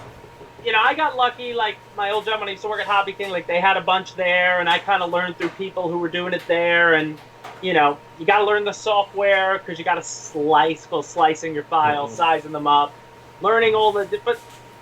Like anything else, once you think of it like getting a new transmitter. Like if you fly Futaba and see Spectrum for the first time, the first couple times you use it, you're gonna be like, "What is this?" But once you know, then it gets easier. But the maintenance of your 3D printer is something, again, be prepared for. Like sometimes your nozzle's going to clog because you're not extruding at the right heat. Like you got to learn. The Ender 3 Pro is great because it warms the bed. Actually, it heats the bed. So the plastic, as it goes down, it makes it stick better. But different plastics, even different manufacturers, like it's not the type of thing like, because I have this set up for the filament I'm using now, but if I were to buy a filament from a different company, it might not stick the same because it might not be made the same. So it's the type of thing that you just got to sort of, like anything else, the first roll of filament, you're really just going to be testing and getting it to work. But once you get it, then you learn some tricks. Like I spray hairspray on the bed before every print. That helps it stick there a lot better. If you guys might remember when I did my F-18, I ended up using some of the pieces to make my air brake. I just rafts they're called, so there are ways to get them to stick. There's a lot of, I would say the Ender 3 is a great starter printer, but it's something that for what we would use it for in RC, I have no need to go to something bigger. I haven't come across something that I'm really I need to print that, or, I'm not going to be... I don't know, you could be printing some airplanes. Yeah, well, but that's the thing. The funny thing is, regardless of the size of your printer, you could... Theoretically, you just cut it up. And you could cut the file up on your own. So, you could take... So, this Willys, actually, I downloaded, because the first time I printed it, something happened where I woke up the next morning, and the grill was halfway back here, and the end was back here. So in the middle of the night, my printer, I think, as it was pulling on the filament got stuck somehow, and it pulled the head, and the whole thing sort of reset in a new position. So when I came down, I'm like, oh, that looks terrible. Like I wasted an entire print because, like, and that was the filament sometimes gets caught. Like if you buy a really cheap filament, they don't wind it tight enough. So if they don't wind it tight enough, because think about it, the filament gets pulled through by a little motor, and if it gets caught, then, it'll lock up. Like there are a lot of things that, that can go wrong. But the best thing about right now the 3D printing world is Thingiverse is excellent. Everything on there for free. Cult 3D is another good website, guys. I found some things that people sell. It's like $1 for the file. Missiles, and you want ordnance for your aircraft, get a 3D printer because you can download basically every piece of ordnance ever imagined. There's a lot of 172. Speaking of the Fletcher, there's a lot of 172 scale figures and Bofors machine gun crew and a lot of type of stuff that you can get online. And if you've got the print and you print it up, now you've got crew on that Fletcher. There you go. We have some printable files coming down the pipe for tank figures. We're going to be selling them sort of as pre-printed, but a lot of our guys who already have printers, they're going to download that free file, just make it, and they're off to the races. Yeah, it's just one of those things. It's one of those things as a longtime fabricator. Once I got into 3D, 3D's been around for 2 decades now, but finally getting something off the shelf that works and the slicing software works, sort of hobby grade, and like James said, it fits what we need. Of course, we have access to industrial printers that can print very large objects, blah blah blah. But for the average hobbyist who just wants something on the desktop, like James said, for your pitot tube or your machine gun barrel or your pilot figure or your crew tank guy, like it's so accessible. Once I was able to put one in my workflow and get it going, I bought another one because I was like, why have I regretted every day before that I had not yet just spent the $200 and got one, because you're gonna find print. You're just gonna. James showed me that pistol. I'm like, now you're doing a type movie. I was like, I couldn't help myself. And now there's so many other. There are ones guys make some really cool stuff. I've got a printer now, and I'm learning from James a little bit. He's teaching me as I go here. I'm just starting in it. But I have one now, and he's going to help me get it going, and then I'm going to probably be printing everything under the moon, too. And obviously use YouTube, because there are so many guys who make some great, how-tos. But the Ender 3 is the type of thing, probably about 2 hours out of the box, because you got to build it, Like it gives you, gives you full directions on how to put it together. But again, I've seen how all 3D printers tend to function the same way, so I had never seen that one before, but once you learn one, you pretty much get the idea of most of them. But now there are starting to be, newer versions. Auto leveling beds and stuff now.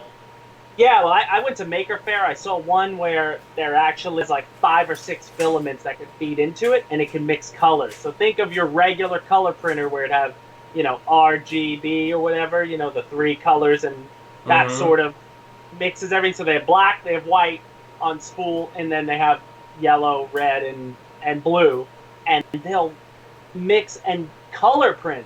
And I'm like, oh my god, this is like, right now. That was a couple of years ago when I went to Maker Faire and saw that, but the people doing that stuff is crazy. It's only going to be better by now. For the basics, I tend to buy gray, black, filament, because I'm just going to paint it anyway. So I'll print everything in pretty much gray or black. Like I don't get funky with my colors. But there's glow in the dark prints. I 3D print a lot of stuff. Like my kids love watching it go.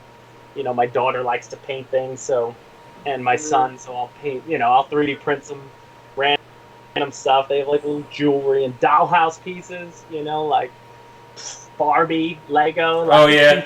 Guys are making all of it. Don't say Lego too loud. They'll come sue us. Lego, yeah. I'm sure Lego's going to get on your case about it, but there are guys making all that stuff too.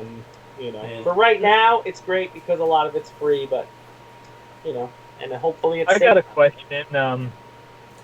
question. We got 50 guys in here. I'm curious what people are flying now. We're talking about what we're doing. We've got tanks, we got boats, we got airplanes. Of course, we have airplanes coming down the pipe shortly.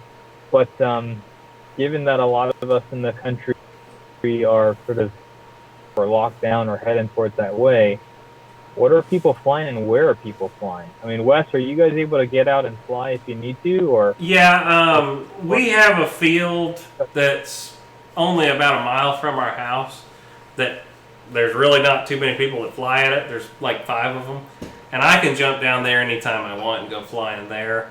Our main field that we fly at is about a 45-minute drive, where a lot of guys have seen it since we switched to this new field. Yeah. It's a beautiful field, but I don't know if that one's open right now. I haven't been there in like 2 weeks, and I haven't got an email about anything, but as far as I know, I can still fly out there. But we've had all this other stuff going on, and tanks and, family stuff, so we haven't made it out there, but I've been able to play. Everybody knows, it's been watching me on Facebook and everywhere else. I can't get enough of this right now. But I could definitely go out and fly tomorrow if I really tried, kind of thing. And I know I've seen some guys on Facebook sending me messages that, hey, I got to fly my plane finally today. I went to the park and there was nobody there. It was awesome. But I don't think the large club at somebody Tavares flew an has air actually tractor, shut a Havoc, anything and down. a Cirrus. Seems like a lot of people. Oh, someone has their field shut down. I think I saw Guniak said his field shuts down tomorrow or something. Jeff, what Cirrus do you have? Are you flying the old Fly Zone Cirrus? I'd like to bring that air like that one. Jeff in Lower Alabama. Gotta ask Jeff.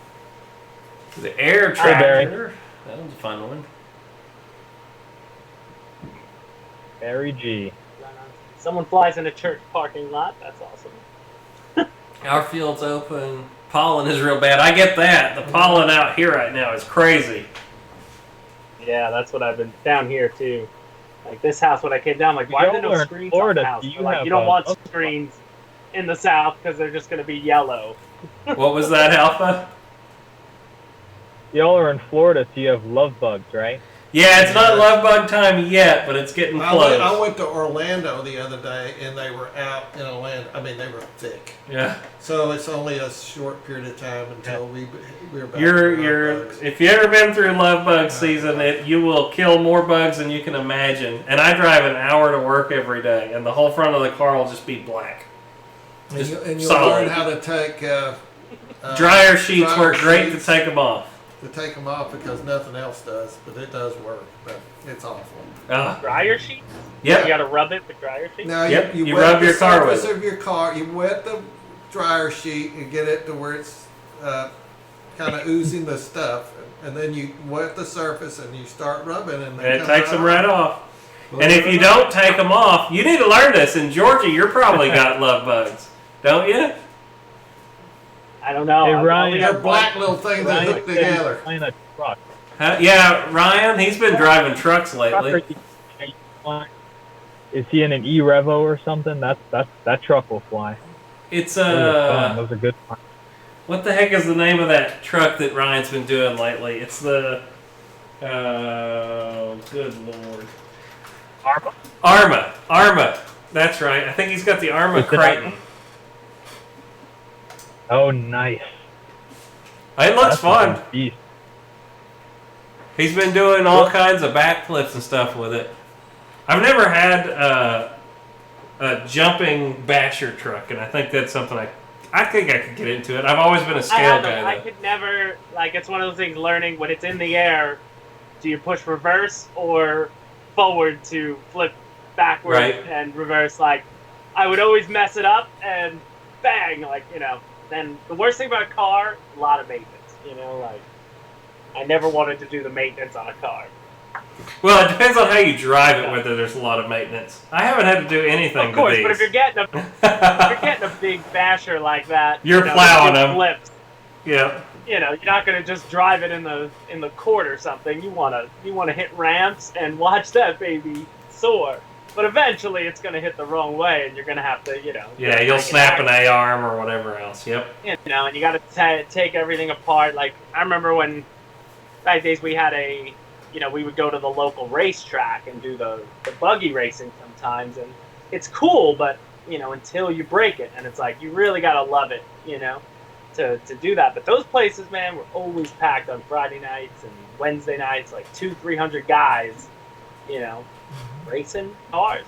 RC service is still the biggest part of the hobby. I'm gonna have to try some kind of a basher truck eventually. I'm gonna have to do it. But they don't call it basher for nothing. Yeah, because you beat the heck out of them. And you tear it up, and I do bad. Well, can't be any worse than an airplane. I tear them up too. I always took pride in taking my airplanes home, but some people take pride in going, "Yeah, I really crashed the crap out of that." And I'm going, "Okay, that must be fun." I mean, that just wasn't ever me. I never did have that much money, so. I had to it was always a little different. I'll never forget and back in 1982, when you had to build these things, I thought to myself, this would be awesome if I had 3 airplanes.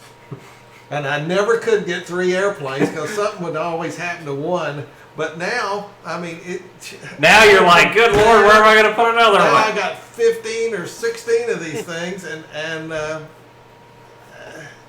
all I on only one have radio. I mean, 37. it's just amazing where this thing has come to. How much it's changed from where you started. A lot of people think 1982, but that wasn't that very long ago for me. But I was I'm just born in blown away. There you go. He was born in 1982. That's the year I started. 88. I think. But I always want to ask Alpha more questions that you can't answer, but I mean, right. You know, don't want to give away things, but I'm still, I can't get my head off of how big can you go as far as electrics. I mean, right? They just keep getting bigger and bigger and bigger. And he's going to say, well, it all depends on technology and batteries and and the. Oh, look at that! He's got his Jeep together. And yeah. I'm just sticking the wheels on. I got to glue them on, like, you know, it'll be static. But I got 3 done. Started the 4th one when I walked away. Do you ever? So once that's done, Alpha, I mean, realistically, do you ever see a larger scale series of foam airplanes? Let's say a quarter scale foam plane, plug and play. I mean, I know this isn't going to be right now or nothing, but realistically, could you ever see that being feasibly possible to ship, pay for? I mean, is it even something that's possible money-wise? And will it be feasible as far as the cost? Right, and the cost. You know what I mean? I mean, you got to start thinking about, will people... We're talking 110-inch wingspan warbird, something like that. Hey, T-Cat. T-Cat just got in, and hi, I just got here. You did just get here. Short answer is why. yeah. And then the middle answer is no, and the long answer is long. Right. Well, the reason I see it is, I mean, you said all of what you asked. I mean, shipping. Yeah, shipping's going to be expensive. Ryan, did you see some of this? the guys that we sell that are in balsa, where the wing is one piece, like a foamy would be? I mean, you know, it's $200, $300. I mean, it is in some cases 25% of the cost of the aircraft. In some cases, it's 30%. I mean, wrap your head around that. Yeah. Like, it's almost there are a lot of aircraft we would love to sell, but when we look at the shipping cost, we would make, and I'm not exaggerating here, you know, sometimes we look at it and we realize, okay, we'd make $6. You know, it doesn't, and that's before you service it and, you know, lights and insurance and. Right. And I mean, realistically, are we getting to the point where we're getting them as big as we can get these foam planes and be cost effective? I know you can make them bigger. Well, what a lot of people may not recognize is, look, even if it was $20 to ship them, I mean, the reality is the development cost, and let's say even if the development cost wasn't the case, even if you said, well, we do in fact have 5,000 people lining up for a quarter scale Cub, or quarter scale. Don't make it a Cub, we would please. need that to break. Even if you had all those things, the practical matter of everything is if someone were to jump into my my article on Hobby Squad or on the website that talks about how foam aircraft are made, you'll notice we mention in there that the frame size of a industrial foam injection mold is limited. There are only you can only make the frame. By the frame, I mean the mold. The mold These molds itself, are already yeah. the molds are already larger than an F-250's bed. I mean, and they already weigh over a ton. Like the frame to be able to put a quarter scale Cub Mustang wing in it, or even the outboard, because obviously at that scale you're going to want to have it 10 on its legs. It's just you're going to need not one, not two, but probably 6 or 7 max size mold frames. You're talking $1 million. Right. You're talking $1 million. And those molds are made out of stainless steel, aren't they? Firstly, the other way to look at it is with the balsa aircraft, we don't need to make molds. You know, well, I almost flipped and told you what's coming, but there's a balsa aircraft coming that is large, but because we don't need to make molds, we can make it where it's frankly going to be every bit as rigid as a foam aircraft would have been, because at that wingspan you're going to have to reinforce. Right. It's going to fly just as well. It's going to probably fly a little better because we can trim things here and there and make some tweaks that you can't really do with foam.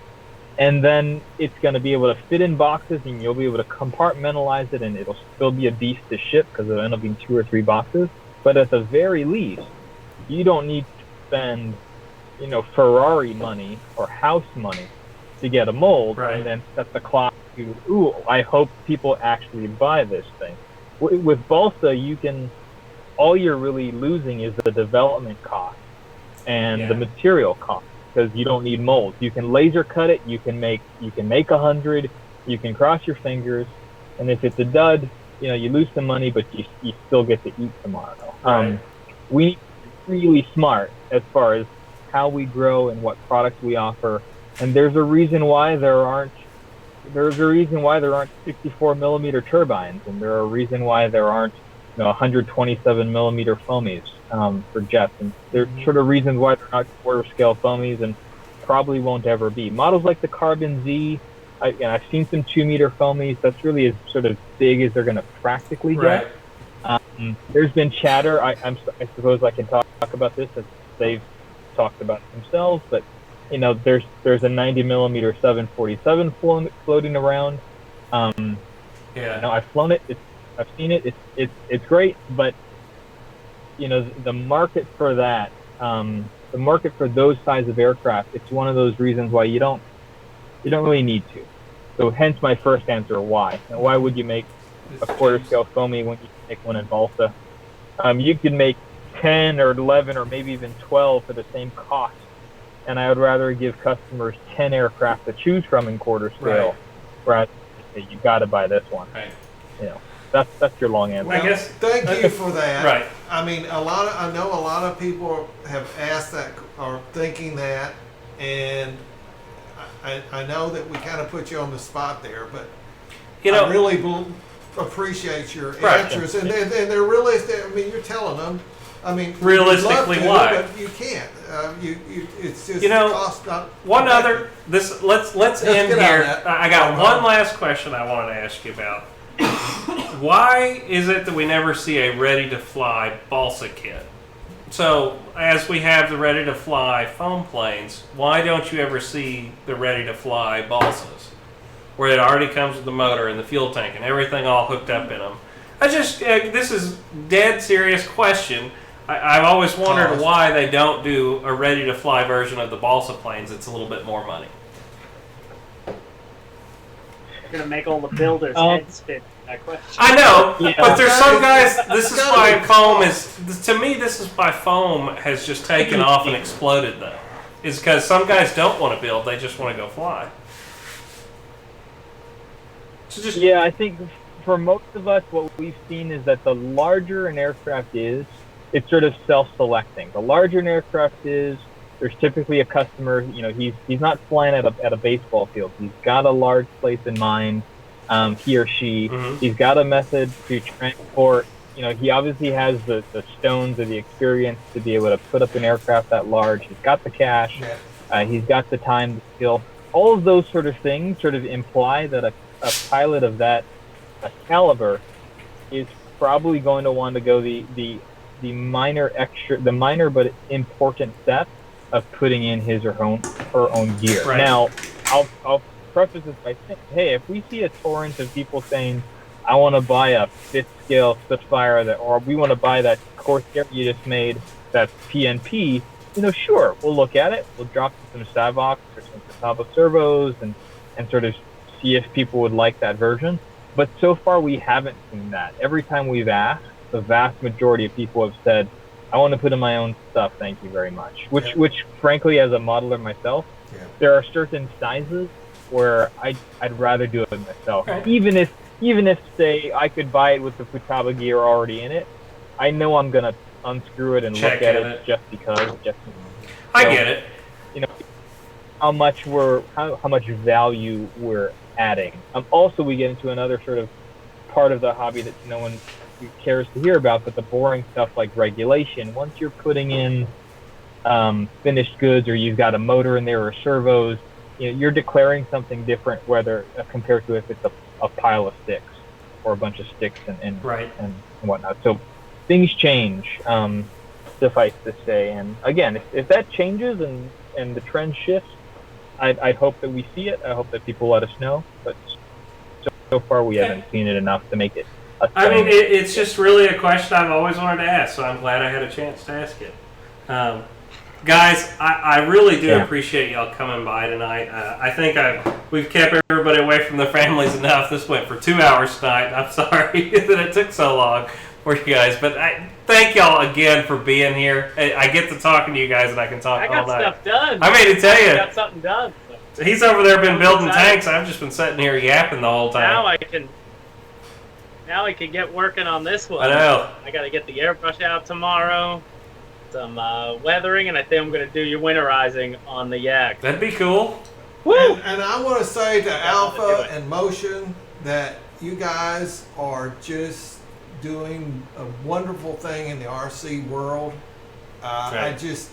I'm always thinking that what else can you do? And I think, well, they can't do anything else, and here they come again. Here they come again with the ships now. Don't ever stop. We love it. I mean, there's always going to be the haters out there complaining, but look past them and keep going. The haters on the tanks. I mean, it didn't matter. They sold out. It don't matter. But something? Alpha said it. What gets me annoyed are the people who feel the need to hate on it. Right. Like, we're all in this together. We all see of all kinds. We're on the same side. Who goes on there and it's crazy to me that But now going forward, if we could reiterate that, we say we have an announcement. You don't know what it's going to be. It could be land, sea, or air. You don't know what it's going to be. That's right. And that's awesome. And just for me, I'm excited to play with these boats. To see what they're going to be a lot of fun. I know that. And the one comment. So pumped. How many times at Joe Nall you're just like, you don't want to stand out in the heat. We're going to be able to go over to the lake, sit on a lounge chair. Try get us an umbrella, stick it in, and just I'm gonna buy Alex a wetsuit and scuba gear and send him out there with the camera. That's right. And I'm just get right on the water. On a lounge chair and drive a 200 scale Missouri. It's gonna be around. Awesome. And the one thing I want to give guys kudos don't land on top of me with their plane. To Alpha, I want to give kudos to Alpha when he said it tonight. The one thing that really impressed me the most is that he always is looking at scale. Oh yeah. I mean, look at these tanks. I mean, they're scaled out. Airplanes, whatever. I've got my Corsair. We've got that 1600 millimeter Corsair. Beautiful airplane, scaled out. I mean, it's not. I mean, even a balsa built airplane is not as scaled as that foam airplane. No. Yeah. I mean, we could tell that. And just too. It's been since I've been here. It's been the Roban helis. Like 3D helis aren't really Motion RC's thing. It was the Roban. The scale stuff is what we wanted there. Now the tanks, construction, boats, obviously balsa planes that are, I mean, and look at what they do with Black Horse, you know, Right. getting Black Horse in. I mean, the Spitfire, now the Corsair, I mean, the P40. I'm going to unbox those hopefully on Friday, the Zero and the P40. And it's just the weathering they already put on, on the, I noticed the wrapping, like, you know, is an extra level of detail that you wouldn't see. You know, that guy, these planes, you don't have to do anything. Nope. Like, really, you don't It's have amazing. To do anything. But the Which is I'm amazing. not bashing the You know, we balsa can't wait for- airplanes a bit, but when you build a balsa airplane, the scale kind of goes down a little because of the performance of the engines and you can't put, or I've never, you can put 3 blades on one, but you can't get the scale that you can on the electrics. Oh yeah, definitely. But Without a whole lot more time. Let's put it that way. well, yeah, and Well, that's just it too. You know, like you always see those guys who say, "Oh, I can do that with," you know, like they poop on the phone stuff. But I'm like, sometimes I just want to open a box and be at the field an hour later. Right, I don't want to You spend know, 3 like, months building this thing. Why do I want to sit there? Like there is a time and a place for everything. Yeah. You know, like I've enjoyed the few balsa planes the ARFs that I put together. But, you know, it's a little bit of time. You're like, all right, tonight I'm going to try to get these 2 wings done, and then the next night you're going to try to do this, and then... But, you know, next night I might be an older It's guy, fun. and I've been down the road a quarter scale, and I've been there. Now, for a guy that hasn't been there, I say, you need to go. And eventually try The big plane. a wood-built big plane. And Because it's different. it's different. It's The sound, the speed. I can't wait till you try your first gas-powered plane, James. You're gonna love it. It's a little scary. I want to do it. Like, I mean, I'm hoping the goal here, you know, that Spitfire that I let Jason at my club. We were supposed to go out this weekend. We couldn't. It's just, you know, Right. he wants to break in that. We're gonna film the break in of that NGH motor, and then we're gonna go to a different club than mine to main it. But after he mains it a few times, you know, and I'm telling you, my it's flight line won a couple times that day, and I'm just gonna say, hand me the 6. As long as Alex is filming, whatever will be, will be. I'm telling But I you, think though, I'm gonna if- be okay. the- Like, you know, it's- it's set up right. You know, Yes. like the only thing that makes me nervous, Jason. Remember, he's the one who put together the Fairchild and just handed me his sticks and left Joe Nall, and didn't tell me that he doesn't fly with any sort of rates or expo. Yeah. It just goes. we So got her cleaned up I'm for you. gonna tell No him, problem. no, let's fix that. Right. But you know, I'm excited. That would be the first time I would ever fly a gasser. You know, the Spit. So It's a lot of fun, man. so Alpha, I'm excited. congratulations It's just Yep. on the your learning on of your it. Like, I don't know how to lean out an engine. I don't know how to do any of that, but I'm excited to learn. And, you know, if we're going to film a video for it, that's why I don't make the videos that I don't know what I'm doing. You know, like, that's where I'm bringing Right. somebody to who does know what they're doing, you know? Right. Like, that's why I love having Patrick do flight reviews. Because he can fly it better than me. So, you know, like, when you come along, let Wes fly it. You know what I mean? Like, that's the best part about my job. My job is to make them look as good as possible. Right. And you know, but it's fun to just learn, and I'm getting better Well- and better. But I think I'm not scared. I wouldn't be scared to. Oh, fly you'll it. love it. You You'll know, love it. Like, maybe I would love to do it to like something like the Fairchild first would be great. But you know what? Feet in the fire, baby. There Put you up go. that Warbird and Go for it. let's go. Well, guys, Just go for it. thank y'all so much for coming by tonight. We really do appreciate it. Every time y'all come by, we just have such a good time. Alpha, James, we really did love it. I'm going to let you guys go. I know James has got to get back to his family, and thank you so much for, like I said, again, guys. They're all asleep. Oh, Oh, okay. Well, then my let's wife's just. watching her own. My wife said she's watching a show. All right. Well, let's keep this going for like 4 more hours. Then you said it. She doesn't even want me to come up there. I got nowhere to be right now. Well, unfortunately, I do. I have to go to work at 6 o'clock in the morning. But I really did enjoy you coming, man. I can't wait to do it every time. Every time me and you get together, we just have such a good time. I can't wait for Nall and the experience of coming up there and hanging out with you for a few days. Let's pray that all Love it. happens. Let's make sure it happens. That's right, everybody. So Even if now, it's a smaller show, we're going and we'll have the whole place to ourselves. that's right. You know, We're going to take it that's over. what filming We're bringing the Boozer Mobile, the 45-foot semi-truck trailer of Dad's, his gigantic Oh, that's gonna be camper, tough. and then we're going to bring our trailer loaded down with airplanes this year. So And Alpha, keep thinking That's where outside the Staker box. there on, and everybody's going to be on watch for people who like to steal aircraft. Yeah. 'Cause I'm not having that happen again. that was ridiculous. Anyway, Dad wanted to tell Well, Alpha I just want him to. I mean, he's doing an awesome job keeping us thinking outside the box and surprising us, and it's amazing. And I just am always amazed. he's amazed at everything Thank you. that comes out lately. If you need a helper, here I am. I'm just so glad I get to do this with my beautiful wife over there, Lori, running this in the background, guys, and I get to hang out Oh yes, Lori. all the time Lori's with. sitting next Please. to me, though. Here, wait. No. No. Lori. But I'm so thankful to have my family to do this with every week, guys, and I hope y'all really enjoy the show. Thank all of you who super chatted us tonight. It's stuff like that that helps us buy these tanks. Yes, thank everybody for the super chat. Thank y'all for that, and we really have enjoyed ourselves. James, man, do you want to count us Can't keep out? that camera back there too long. Oh wait, what? Did I miss something? Did you sneak yours around? No, yeah, I stuck mine around a second, but it's just old planes hanging back there. Oh yeah, he's got a bunch.